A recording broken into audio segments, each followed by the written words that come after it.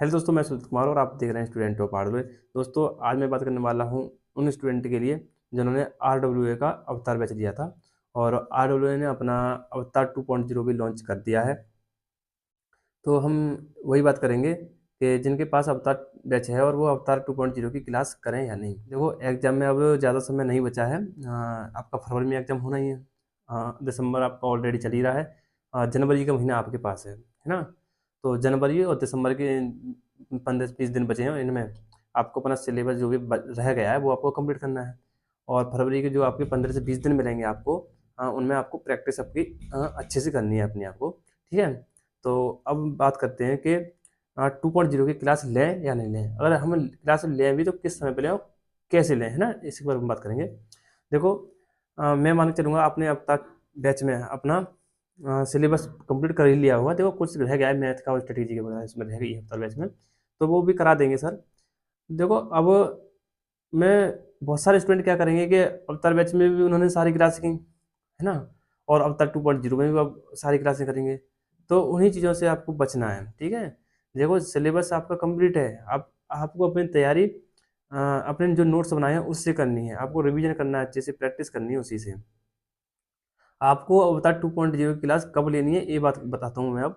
जैसे कि आप मान के चलिए, उदाहरण के तौर पर आप पॉलिटी पढ़ रहे हैं। पॉलिटी में आप फंडामेंटल राइट पढ़ रहे हैं। फंडामेंटल राइट आपको समझ में नहीं आ रहे हैं आपके नोट्स से या किसी बुक से पढ़ रहे हैं, तो आपको तब आपको अवतार बैच से जो है अपनी उस चीज़ों को समझना है। तब समझना है आपको जब समझ में नहीं आ रही है बुक से या नोट्स से। ठीक है। ऐसे समझनी है आपको। अब मैथ में ही भी ऐसे जैसे मान के चलिए आप समय दूरी का चैप्टर पढ़ रहे हैं। तब आप मान के चलिए आपका कोई कॉन्सेप्ट ऐसा है कि आपसे नहीं आ रहा है। आप नोट्स बनाए हैं और नोट्स में भी कॉन्सेप्ट है, लेकिन आपको समझ में नहीं आ रहा है, आप पकड़ नहीं पा रहे हैं उस चीज़ को। तब आप उसे क्लास से कर लीजिए। आपको तब बेनिफिट रहेगा उस चीज़ से ना। अब ये नहीं है आप शुरू से ही करते जा रहे हैं। देखो, एक अच्छे स्टूडेंट की पहचान वही है जो पहली बार में ही अपना सिलेबस को अच्छे से कवर कर ले। अब ये नहीं है कि एक बार कर लिया, दोबारा कर लिया, 3 बार कर लिया, ऐसा नहीं है। आपको एक बार में अच्छे से पढ़ लेना है, फिर उसी के आधार पर आपको रिवीजन, प्रैक्टिस जो भी आप करें, आप उसी पे करें।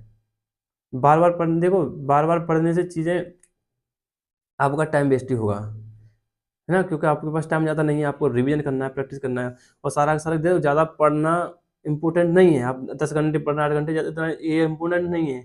आप प्रैक्टिस या रिवीजन कितने घंटे कर रहे हैं ये ज़्यादा इम्पोर्टेंट है। प्रैक्टिस आप जितनी ज़्यादा आपकी प्रैक्टिस होगी, आपकी एक्यूरेसी जितनी अच्छी रहेगी ना, आप उतना ही अच्छा खेल जाओगे इस एग्ज़ाम में, है ना? तो आपके लिए प्रैक्टिस ज़्यादा मायने है। आपको प्रैक्टिस ज़्यादा से ज़्यादा करनी है।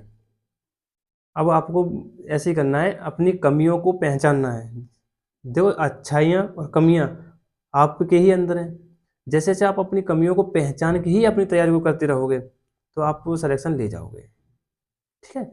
आप जो चीज़ें आपके समझ में नहीं आ रही हैं और जो चीज़ें आपसे छूट रही हैं और जो आपने पढ़ी नहीं हैं, उन चीज़ों को अवतार बैच से करना, अवतार 2.0 से करना।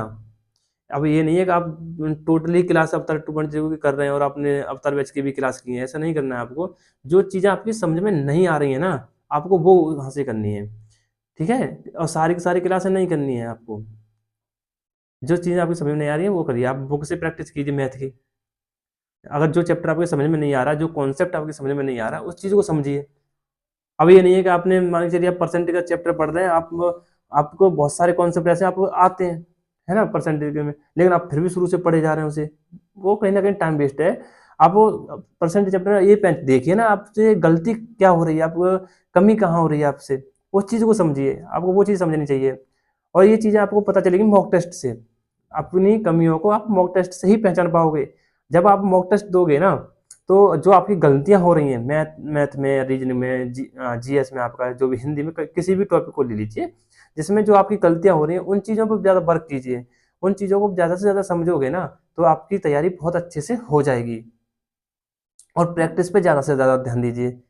आप मॉक टेस्ट में स्कोर से मत घबराइए कि स्कोर कम आ रहा है। आपकी एक्यूरेसी कितनी सही ठीक है, आप इस पे ज़्यादा ध्यान वर्क कीजिए। आपकी एक्यूरेसी ठीक होनी चाहिए।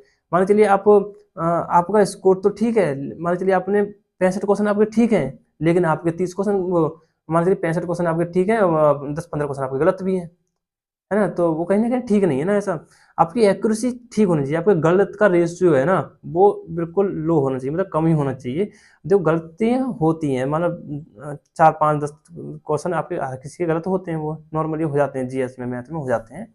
लेकिन इतने नहीं है कि आपने 40 क्वेश्चन किए और 40 से आपके गलत हो गए, ऐसा नहीं होना चाहिए। वो एक्यूरेसी आपकी बिल्कुल बेकार है, सिलेक्शन आपके दावेदार नहीं है आप ऐसे।